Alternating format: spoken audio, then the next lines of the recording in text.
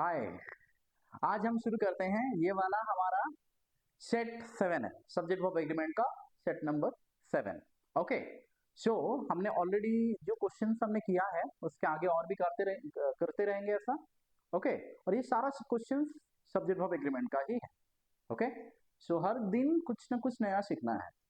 Okay, कुछ भी doubt है पूछना है, मैं इसको क्लियर करता हूँ, बड़ा आसान भाषा में समझाने वाला हूँ। मतलब इसका कुछ भी डाउट्स होगा आप मुझे पूछ सकते हो। ओके, तो नंबर 1 क्वेश्चन है, nothing but trees dash visible. यहाँ पे देखो, आप अगर इसको देखते हो कि बट, हमेशा फोकस हमें कहाँ पे करना चाहिए, कंजंक्शन पे फोकस करना चाहिए कि बट जो है वो क्या है। एक तो क्या है, हम उसके बारे में थोड़ा सा डीपली बात करते हैं। यहाँ पे देखो, बट खुद अपने आप में एक प्रेपोजिशन भी होता है और एक कंजंक्शन भी है। ओके, एक कंजंक्शन, कंजंक्शन किस तरह की कंजंक्शन है? फैन बॉयज, कोऑर्डिनेटिंग कंजंक्शन है। F A N for, A for and, B for but, F A N for north, boy, B for but, fan boys में है ना। तो फैन बॉयज में एक कंजंक्शन क्या होता है, एक होता है कोऑर्डिनेटिंग, एक होता है सबऑर्डिनेटिंग, एक होता है कोरिलेटिव। तो कोऑर्डिनेटिंग कंजंक्शन में फैन बॉयज में ये है, बट है। तो बट तो एक कंजंक्शन है। दूसरा क्या है, प्रेपोजिशन है। आपको देखना है कि क्या यहाँ पे कंजंक्शन का काम कर रहा है या प्रेपोजिशन का काम कर रहा है। अब मैं एक बेसिक साइकी देता हूं, तो कैसे पता करोगे? मैं कैसे पता करता हूं? That's what's my secret. मैं ऐसे पता करता हूं कि नथिंग तो एक एक प्रोनाउन है ना, और ट्रीज एक नाउन है। तो there is a strong possibility वो दोनों को रिलेट कर रहा होगा, ज्वाइन नहीं कर रहा होगा। ठीक है, अब जब रिलेशन स्टेब्लिश कर रहा है तो वो प्रेपोजिशन है। प्रेपोजिशन का काम है नाउन नाउन के बीच में या नाउन प्रोनाउन के बीच में या सेंटेंस को दूसरे सेंटेंस के बीच में रिलेशन स्टेब्लिश करना। तो ये प्रेपोजिशन है। और अगर ज्वाइन कर रहा होता तो ज्यादातर कैसा ज्वाइन करता है, सेम चीज को सेम चीज के साथ ज्वाइन करता है। तो इससे पता लगा कि कहीं ना कहीं ये प्रेपोजिशन है, कंजंक्शन नहीं है। ट्रीज को नथिंग के साथ जोड़ेगा क्यों? तो अगर ये प्रेपोजिशन है तो हमारा सब्जेक्ट वर्ब का रूल मैंने कई बार बोल चुका हूं कि प्रेपोजिशन के सामने ही सब्जेक्ट होता है। ओके, तो प्रेपोजिशन के सामने सब्जेक्ट है। और दूसरा रूल मैंने बोला हूं कि हमेशा याद रखो, सब्जेक्ट होने के लिए उसको नाउन नहीं तो प्रोनाउन होना पड़ता है। और नथिंग एक प्रोनाउन है। ये हमारा सब्जेक्ट है और नथिंग क्या है, एक प्रोनाउन है। ओके, तो सब्जेक्ट मिल गया, काम खत्म। सब्जेक्ट मिल गया तो नथिंग हमारा प्रोनाउन है, तो नथिंग के साथ जो होगा वही होगा। ओके, सवाल ये आता है नथिंग किस तरह की प्रोनाउन है? इंडेफिनेट प्रोनाउन है। और नथिंग एक सिंगुलर है। आपको दिक्कत हो रहा है कि आप, सर मुझे कैसे पता लगेगा, आप जो बोल रहे हो मैं ऐड कैसे रखूं? तो पहली बात तो है, प्रेपोजिशन के सामने एक चीज याद रखो, प्रेपोजिशन के सामने सब्जेक्ट होता है। रूल नंबर 2 याद रखो, सब्जेक्ट होने के लिए किसी भी वर्ड को नाउन नहीं तो प्रोनाउन होना पड़ता है। सब्जेक्ट होने के लिए उसको क्या होना पड़ेगा, इधर नाउन होना पड़ेगा नहीं तो प्रोनाउन होना पड़ेगा, नहीं तो नहीं होगा। ओके, तो अभी हमने देखा कि nothing, N O T H I N G, nothing क्या है, एक प्रोनाउन है। ओके, यहां तक क्लियर पूरा? ओके, नथिंग ही नहीं, कुछ भी ऐसा वर्ड आप लिखते हो, समथिंग, एनीथिंग, एनीथिंग, ये सारा इनडेफिनाइट प्रोनाउन है और सारा सिंगुलर है। Nothing, something, anything. ये थिंग थिंग वाला जितना आप देखोगे ना, ऐसा थिंग थिंग वाला आएगा। एवरीथिंग, हाँ very good, everything, everything, everything, nothing, something, anything. Okay, everything, ये सारा थिंग थिंग वाला हमेशा क्या है, सिंगुलर है। दूसरा बड़ी बड़ी वाला, बड़ी बड़ी वाला भी सिंगुलर है। Nobody, anybody, somebody, anybody, everybody, nobody, somebody. और एक क्या है, वन वन वाला, ये भी सिंगुलर है। ये सारा इंडेफिनेट प्रोनाउन है। No one, someone, anyone, everyone. समझ आया? तो ये वन वन हो, बड़ी बड़ी हो या थिंग थिंग हो, ये सारा सिंगुलर है। अगर ये सिंगुलर है तो सिंगुलर सब्जेक्ट लेगा। तो पता हमने कैसे किया? पहला जो हमने देखा कि प्रेपोजिशन के सामने सब्जेक्ट आता है। जैसे कि यहाँ पे ये प्रेपोजिशन था, उसके सामने नथिंग सब्जेक्ट है। Nothing, something, anything, nobody, somebody, anybody, no one, someone, anyone, ये सारा सिंगुलर है। ओके, क्योंकि ये इंडेफिनाइट प्रोनाउन है, तो उसके साथ हम क्या लगाएंगे, इज। आप समझ आया? Very interesting. एक रूल हमने और बोला था, क्वेश्चन नंबर 2। देखो, एक रूल हमने बोला था, इसके बारे में मैंने कई बार बात करी है। ओके, की बातें करी है इसके बारे में, क्या था वो? रूल नंबर प्रॉक्सिमिटी था, रूल ऑफ प्रॉक्सिमिटी। मैं आज पूरा खुल के बोलने वाला हूँ। ओके, मतलब आप पूरा समझ जाओगे इसको, प्रॉक्सिमिटी। हाँ, आप कहीं पे आप कोई क्वेश्चन देखते हो ना, तो एक तो क्या है, आप दिमाग में याद रखना हमेशा कि सब्जेक्ट वर्ब एग्रीमेंट अगर कर रहे हो तो this is specially rule based topic है।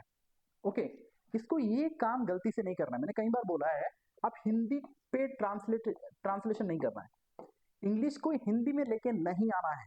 मेजोरिटी बच्चे यही करते हैं, जो बड़े बच्चे होते हैं वो तो यही करते हैं छोटे बच्चे तो सर समझ में नहीं आ रहा पूछ लेते हैं। बड़े बच्चे क्या करते हैं सर, डायरेक्टली वो क्या करेंगे, हिंदी को सॉरी इंग्लिश को हिंदी के साथ जोड़ेंगे। बिल्कुल नहीं करना है ये, क्योंकि इंग्लिश को इंग्लिश के जैसा पढ़ो, और इंग्लिश जो है वो फॉरेन कंट्री से ही बिलोंग करता है। हमारे देश का जो भाषा है वो तो नहीं है इंग्लिश।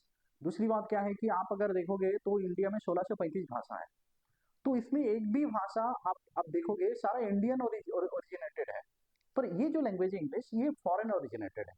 हालांकि आप ब्रिटिश इंग्लैंड में ओरिजिन हुआ ब्रिटिश इंग्लिश की, और अमेरिकन इंग्लिश की बोलोगे, अमेरिकन इंग्लिश भी बोलोगे तो अमेरिका से आया ना, अमेरिका का है ना। तो ब्रिटिश इंग्लिश हो या इंडियन इंग्लिश हो, कुछ डिफरेंस है ब्रिटिश और इंग्लिश में। जैसे वो लोग बोलते हैं लिफ्ट, एक ब्रिटिश में बोला एलिवेटर, एक बोला लिफ्ट, एक बोला कलर, COLOR, एक बोला COLOUR। ओके, ये सारे माइनर सा डिफरेंस है। ओके, तो और भी बहुत सारे डिफरेंसेस है। ओके, ब्रिटिश में उसके बारे में बात नहीं करूंगा, पर मैं बोलना चाहता हूं कि इंडिया में जो 1635 भाषा है उसके साथ उसका कोई भी कनेक्शन नहीं है। ये जॉन बैबिंगटन मैकॉली जो इंडिया में आया था, और उसने आके इंग्लिश एक्ट शुरू किया 1835 से, और तब से ये इंग्लिश हमारा इंडिया में स्टार्ट हुआ है। उन्होंने स्टेम शुरू किया था। Okay, stem, science technology engineering mathematics, ऐसा करके उन्होंने engineering English mathematics, okay, science technology engineering नहीं था, इंग्लिश और मैथमेटिक्स था, स्टेम, STEM। ओके, तो वहां से इंग्लिश आया है 1835 से। मैं सिर्फ ये बता क्यों रहा हूँ, मैं सिर्फ इतना बताना चाहता हूँ कि 35 से, 37 नहीं, इतना बताना चाहता हूँ कि ये गलती मत करो, क्योंकि ये रीजन है कि इंग्लिश जो है वो फॉरेन ओरिजिनेटेड है। आप गलती से भी ये हिंदी इंग्लिश के साथ सच में कोई रिलेशन नहीं है। अब जैसे आप ऐसा रिलेशन जोड़ रहे हो कि फॉर एग्जाम्पल मैं बोलूंगा मिट्टी के साथ पत्थर का तो रिलेशन है। मैं ऐसा बोल रहा हूँ कि बेंच के साथ मान लो पत्थर का रिलेशन जोड़ो, एक लकड़ी के साथ, लकड़ी भी नहीं, मैं बोल रहा हूँ कि ये प्लास्टिक के साथ आप जोड़ दो हवा का रिलेशन। सच में है नहीं, कुछ भी रिलेशन है प्लास्टिक के साथ हवा का? I don't think so. Okay, तो आप आपस में जोड़ रहे हो, आप कुछ भी एजम्पशन बना के जोड़ोगे और सोचोगे, कभी कभी लगेगा हाँ यार ये तो काम करता है, सच में है नहीं। आप कुछ भी बना लो, हवा में चेयर बना लो, ऐसे कुछ भी हो सकता है ना, हवा में कुछ भी बना लो, कुछ भी सोच लो आप, पर सच में रियलिटी से आप जितना दूर भागोगे उतना प्रॉब्लम क्रिएट होगा। तो आप रियलिटी के पास आओ। रियलिटी क्या है, इंग्लिश को इंग्लिश के जैसा ही पढ़ना पड़ेगा। मतलब क्या, इंग्लिश का जो रूल्स है, मैं इतना भाषण दिया, इतना मोटा, मतलब मोटी मोटी बातों में बोला मैंने कि आप कभी भी गलती से भी इंग्लिश को हिंदी के साथ जोड़ना नहीं है। जब आप ट्रांसलेशन की बात कर रहे हो तब जोड़ो, ओके, बट ये टॉपिक आप कर रहे हो स्पेशली, तो आपको गलती से भी नहीं जोड़ना है। कई सारे टॉपिक्स है, ग्रामर में बहुत सारे टॉपिक है जिसको हिंदी के साथ इंग्लिश का नहीं जोड़ना चाहिए, मुझे ऐसा लगता है, आई मे बी रॉन्ग।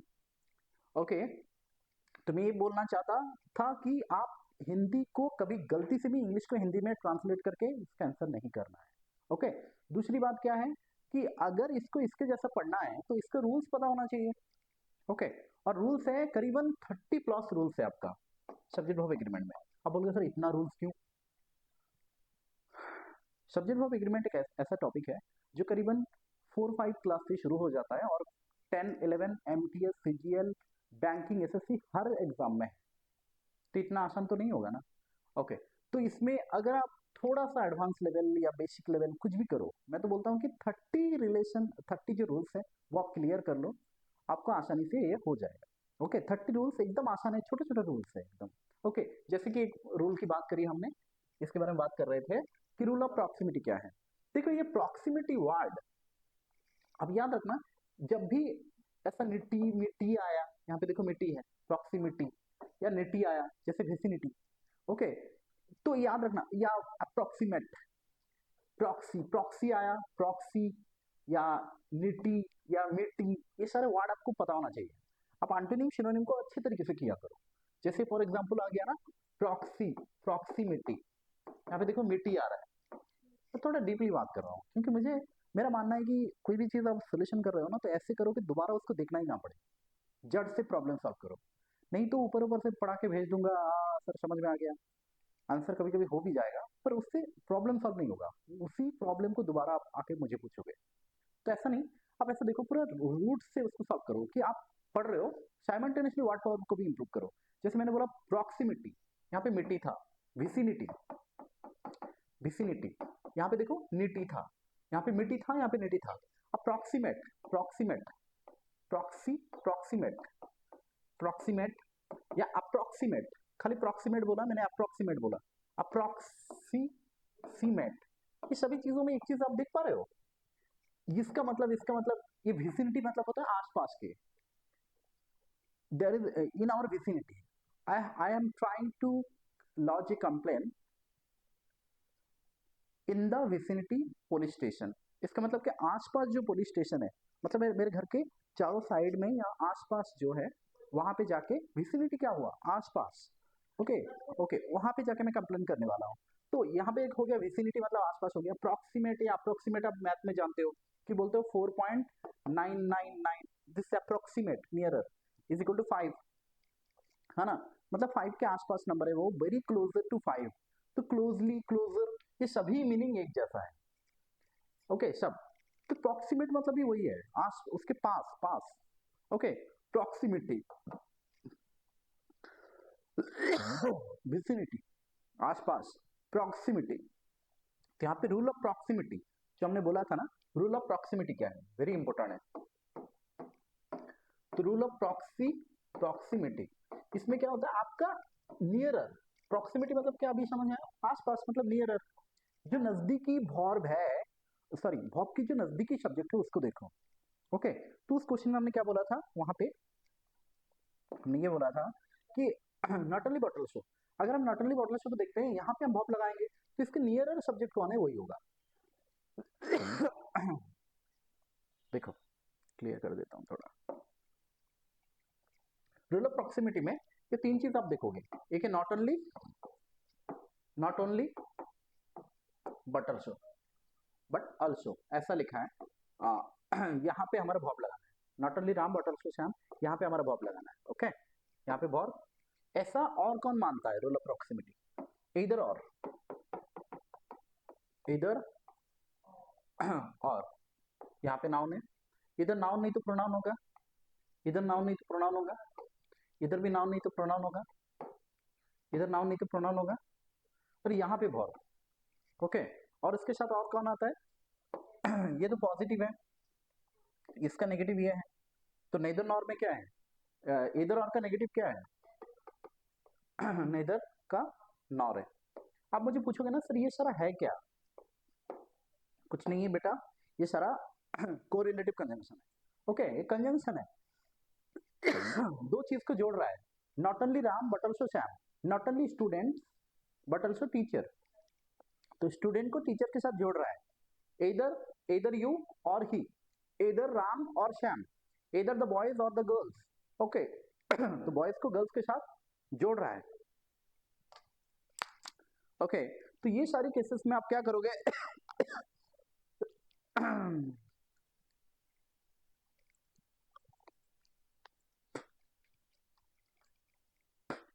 तो यहां पे क्या किया, इधर और, neither nor, not only but also, ये सभी केसेस में आप वर्ब के नजदीक वाला सब्जेक्ट को देखोगे। यहाँ पे अगर हमने ऐसा लगाया होता, मान लो इधर टीचर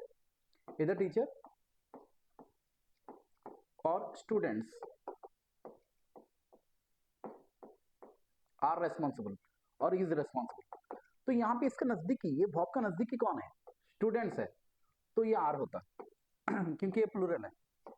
वैसा ये सभी रूल ऐसा ही होगा कि आप क्या करोगे, एक तो मोटा मोटा बोल दूं कि आप इसके नजदीक वाला को देखो, या फिर और के बाद देखो, या नॉर के बाद देखो, या बटलसी के बाद देखो, ओके। मतलब जो वर्ब है उसके नजदीक वाला कौन है, क्योंकि वही है रूल ऑफ प्रॉक्सिमिटी। नियरर वाला सब्जेक्ट के साथ वो एग्री करेगा। नियरर वाला सब्जेक्ट जो है सिंगुलर है तो सिंगुलर लगाओ, प्लूरल है तो प्लूरल लगा दो। सर नॉट ओनली बटर्स में जो सब्जेक्ट होते हैं वो एक साथ होते हैं और लेदर और में एक ही होता है और नेदर में कोई ये सारा चीजों में बेटा ऐसा नहीं है, ऐसा नहीं कि ये दोनों एक साथ है, ये दोनों अलग अलग है, ऐसा नहीं है। आप समझो कि ये कोरिलेटिव कंजंक्शन है। कंजंक्शन का काम है जोड़ना। ओके, तो अगर इसको इसके साथ जोड़ा जा रहा है तो सब्जेक्ट कौन है?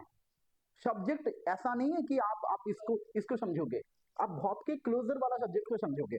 मतलब आप बोलोगे सर ऐसा क्यों, जब जोड़ दिया तो ऐसा क्यों समझ रहे हैं? क्योंकि बेटा एम्फासाइज किस पे आ रहा है, वो सब्जेक्ट होता है। एक आप रेन एंड मार्टिन बुक देखोगे तो वहां पे समझ आएगा कि एक है सब्जेक्ट। ओके, उसको हम रेन एंड मार्टिन में बोला है कंप्लीट सब्जेक्ट। मतलब यहां से लेके यहां तक पूरी कंप्लीट सब्जेक्ट है, पर उसके अंदर एक होता है मेन सब्जेक्ट। मतलब कंप्लीट सब्जेक्ट के अंदर एक होता है सब्जेक्टिव वर्ड जो मेन सब्जेक्ट होता है। अब बोलोगे सर ऐसा क्यों? क्योंकि बेटा वो सारी जगह पे एक जिसके बारे में बात किया जा रहा है, सब्जेक्ट क्या है? प्रेडिकेट जिसके बारे में बात कर रहा है वो सब्जेक्ट है। ओके, तो जिसके बारे में बातें किया जा रहा है वो ही सब्जेक्ट हुआ। अब बातें किसके बारे में बात कर रहा है? सारी चीज के बारे में तो नहीं कर रहा ना, मेन एक चीज के बारे में बात किया जा रहा है, तो वो सब्जेक्ट होगा। तो ऐसा अगर आप देखेंगे तो इसके बारे में मेनली इसके बारे में बातें किया जा रहा था। ओके, अब इसके पास ये है तो ये इसको प्लूरल है तो इसको भी प्लूरल करना। तो आप छोटे बच्चों के लिए मैं क्या बोलूंगा, जो बच्चे जिनको बिल्कुल समझ नहीं आता, बोलूंगा बेटा जो डैश है वर्ब है उसके पास वाला सब्जेक्ट देखो, वो प्लूरल है तो प्लूरल लगा दो, प्लूरल लगा दो। अगर वो सिंगुलर होता, ऐसा होता है यहाँ पे टीचर्स होता और यहाँ पे स्टूडेंट होता, तब इस लगा दो, इस लगा दो, समझियो। और जिसको बिल्कुल समझ नहीं आता उसको मैं बोलता बेटा एदर और में, नेदर नॉर में और नॉट ओनली बटल शो में हमेशा बटल शो के बाद देखो, और के बाद देखो, नॉर के बाद देखो। अगर डैश इधर है तो उसके पास देखो। मान लो कई बार ऐसा डैश दिया, डैश नॉट ओनली, वहां पे वर्ब है इंट्रोगेटिव केसेस में, dash not only teachers but also students, is और are not only teacher but also students responsible, मतलब इधर रहता तो उसके पास देखो। Ultimately rule of proximity apply करो। रूल ऑफ प्रॉक्सिमिटी है नियरर वाला देखो, प्रॉक्सिमिटी। ओके, नियरर वाला सब्जेक्ट के साथ नियरर वाला वर्ब एग्री करेगा। क्लियर?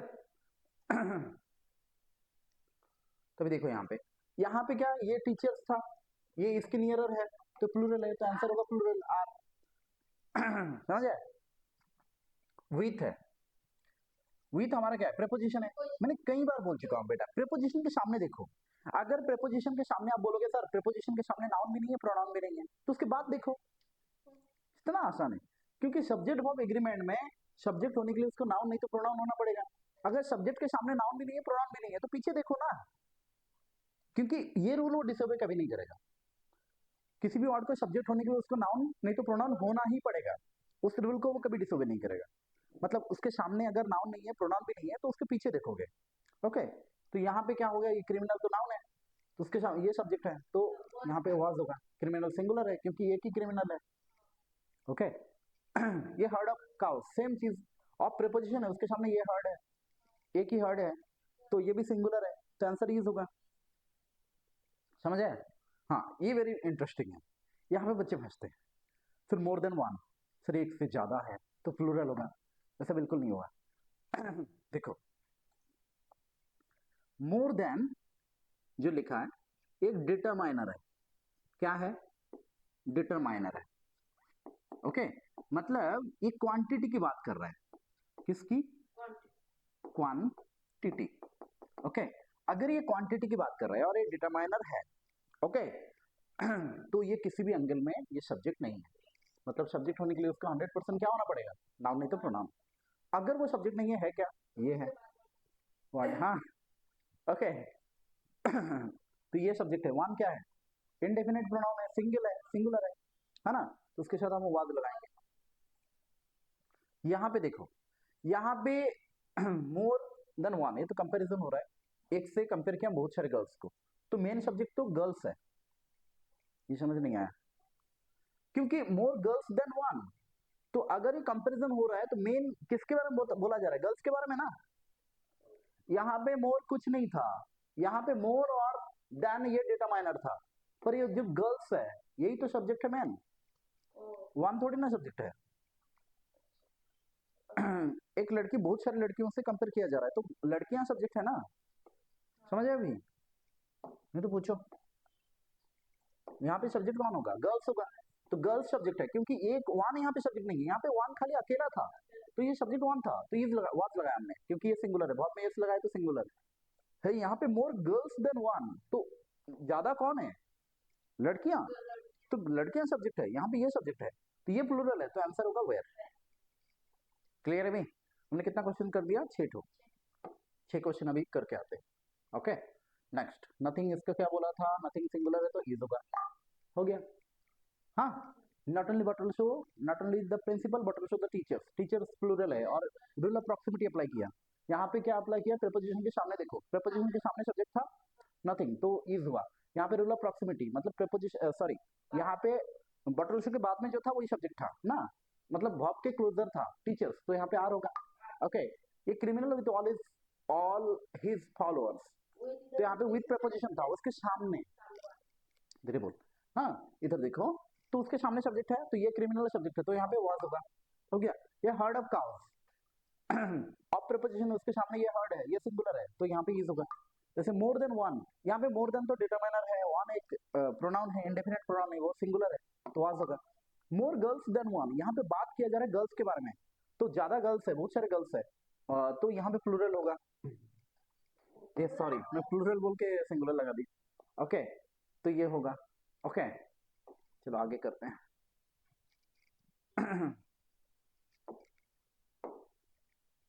यहाँ पे देखो, अगर मैं बोलूं एवरीबॉडी, एवरी बॉय, ये सारा नाउन नहीं है, ये सारा नाउन है, बट एवरी के बाद में जो है वो सब्जेक्ट है। 2 बार एवरी है, आप इतना याद रखो, एवरी और ईच के बाद में ना आप देखना, एवरी एक डिटरमाइनर है, उसके वो तो सब्जेक्ट नहीं हो सकता ना, डिटरमाइनर सब्जेक्ट होने के लिए उसको नाउन नहीं तो प्रोनाउन होना पड़ेगा। एवरी के बाद कौन है? बॉय है, और उसको ही देखो, इधर भी गर्ल है, ये भी सिंगुलर, ये भी सिंगुलर, अभी दोनों को जोड़ मत देना, क्योंकि एवरी कोई कंजंक्शन नहीं है। ओके, ये कंजंक्शन है, और यहाँ पे इंडिविजुअल मतलब एवरी जब भी बोले, आप इतना मोटा मोटा याद रखो, मैं आसान कर देता हूँ। एवरी के बाद जो है ना वो सिंगुलर है तो सिंगुलर लगाओ, वो प्लूरल है तो प्लूरल लगाओ। एवरी के बाद कौन है? सिंगुलर है, यहाँ पे भी एवरी के बाद सिंगुलर है, सिंगुलर लगाओ। समझे पूरा? ओके, मैंने कई बार इसके बारे में बात किया है, जूरी के बारे में। Jury word, committee word, council word, team word, singular plural दोनों हो सकता है। ओके, तो आप पता कैसे करोगे? देखो, ये सिंगुलर की बात कर रहे हैं, इट्स भी सिंगुलर था, ओपिनियन भी सिंगुलर था, यहाँ पे jury dash divided in their opinion होता तो प्लूरल मानता मैं, पर यहाँ पे प्लूरल मानूंगा ही नहीं, क्योंकि जूरी यहाँ पे इट्स ओपिनियन बोल रहा है, मतलब इट्स तो सिंगुलर है, ओपिनियन भी सिंगुलर है, तो यहाँ पे मैं वाज मानूंगा, क्योंकि जूरी यहाँ पे ये सिंगुलर है। Truth and honesty, inseparable thing, एक यूनिट के जैसा काम कर रहा है, दोनों मिलके काम करेगा, जब भी दोनों मिलके काम करे, एक यूनिट के जैसा काम करे, हमेशा सिंगुलर है वो।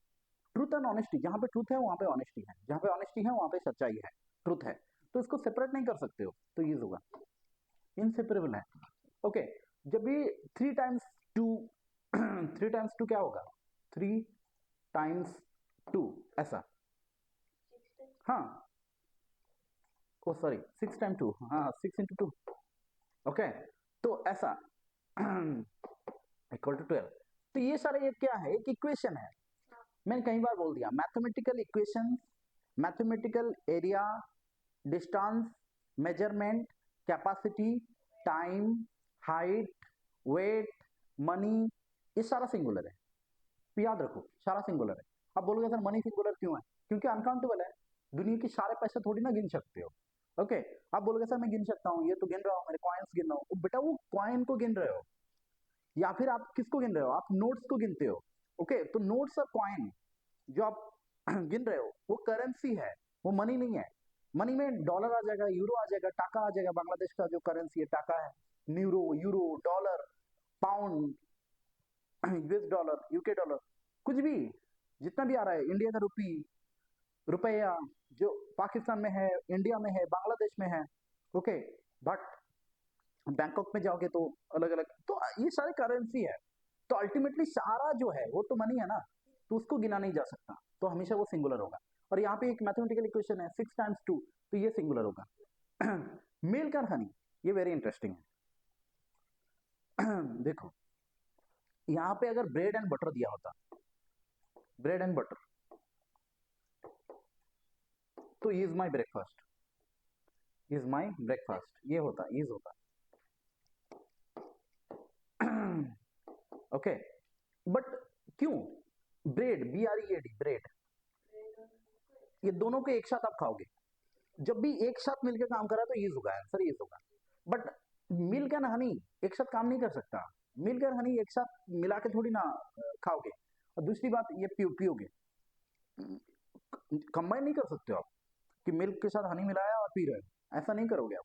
और अगर करोगे भी तो भी दोनों मिक्स तो नहीं होगा ना, अगर मिक्स होगा भी तब भी ये दो अलग अलग आइटम की बात कर रहा है, क्योंकि तब भी आपको प्लूरल ही मानना पड़ेगा अगर मिलेगा तब भी, क्योंकि आइटम दो अलग अलग आइटम की बात कर रहा है वो, एक साथ नहीं करोगे आप, नहीं करना चाहिए, क्योंकि वो बोल रहा है ना कॉस्टली थिंग्स, तो यहाँ पे प्लूरल होगा। तो इससे क्या सीखा, ऐसा मैंने नहीं बोला कि ब्रेड एंड बटर आर नहीं हो सकता, आर हो सकता है अगर दो अलग अलग आइटम की बात करोगे। जो bread and butter are bought from Gupta store, ये आर होगा, क्योंकि दो अलग अलग आइटम को सेपरेटली आप खरीद रहे हो।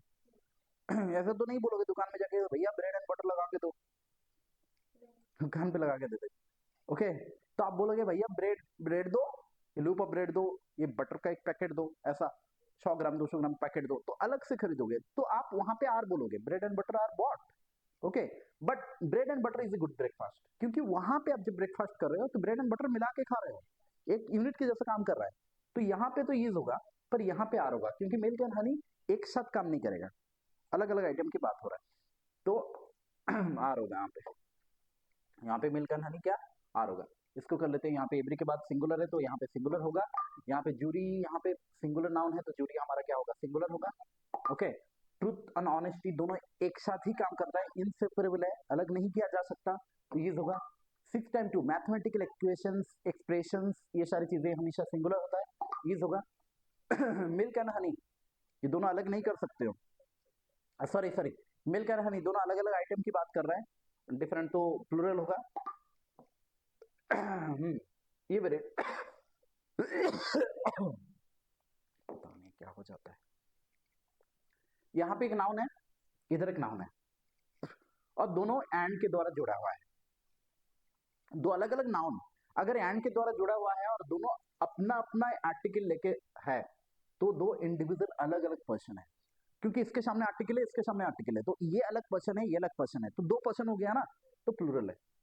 लेकिन उधर डी अगर यहाँ पे दी नहीं होता, अगर नहीं होता तो हम सिंगुलर मानते, वो पोएट जो है फिलोसोफर वही होता, बट यहाँ पे पोएट एक है, फिलोसोफर और एक है, दोनों ही सेट्स हो, दोनों ही बोला है, दोनों अलग अलग व्यक्ति ने बोला है, तो यहाँ पे एक आर्टिकल है तो ये एक है, और ये एक आर्टिकल है, दो है, तो प्लूरल है, तो हैव मानोगे, क्योंकि हैव प्लूरल है, इसमें यस है, तो ये सिंगुलर है, ये प्लूरल है, प्लूरल मानोगे। अगर इधर आर्टिकल नहीं होता, फॉर एग्जाम्पल यहाँ पे दा नहीं होता, तो मैं इसको हैज मानता, मतलब सिंगुलर मानता। वैसे फिश, ये तो अभी बात किया, rice and fish. Rice and fish क्या है, राइस एंड फिश आप ऐसा तो नहीं करोगे ऐसा मछली खा जाओगे फिर फिश खाओगे, नहीं, एक साथ मिला के खाओगे राइस एंड फिश। तो अब जब एक साथ मिला के खा रहे हो तो कंबाइन करके खा रहे हो आप, तो एक साथ काम कर रहा है, तो आपको सिंगुलर मानना ही पड़ेगा उसको, प्लूरल नहीं मान सकते हो, ओके। कई बार एक आता है एग्जाम में, फिश करी, फिश करी को अलग कैसे करोगे, अरे फिश करी से फिश को निकाल दो तो रायता हो जाएगा, सॉरी रायता नहीं, ग्रेवी हो जाएगा, ओके हाँ। तो फिश करी से आप फिश को अलग कर दोगे तो फिश करी नहीं रहेगा, ग्रेवी रहेगा और फिश हो जाएगा, तो आप उसको सेपरेट नहीं कर सकते हो, ठीक है, तो वो भी इज होगा, फिश करी इज, ओके। तो यहां तक समझ आया, हाँ। नेदर, ये तो रूल ऑफ प्रॉक्सिमिटी मैंने बोला, नेदर नॉर में हम क्या नॉर के डैश के साइड वाला चीज देखते हैं, वर्ब के साइड वाला क्या है, ही है, तो इसके साथ इज होगा, इसको कर लेते हैं। तो यहाँ पे हमने क्या बोला, दो बार दा है, अब होगा, ये दोनों आप फिश करी एक साथ ही खाओगे तो इज होगा, नेदर यू नॉर ही, तो नॉर के बाद में देखेंगे रूल ऑफ प्रॉक्सिमिटी में, और इधर डैश के साइड में कौन है, ही है, तो ये होगा। ओके, सारा समझ आया पूरा? 15 क्वेश्चन ये सेट, और एक है, अरे तो इसका भी वही है, ये भी रूल ऑफ प्रॉक्सिमिटी, ये भी रूल ऑफ प्रॉक्सिमिटी। ओके, तो और के बाद में देखेंगे आई है, और आई हमारा, आई के साथ तो एम ही जाता है ना, डैश के साइड में कौन है, रूल ऑफ प्रॉक्सिमिटी, डैश के साइड में आई है, तो आई के साथ क्या होगा, एम होगा, हो गया।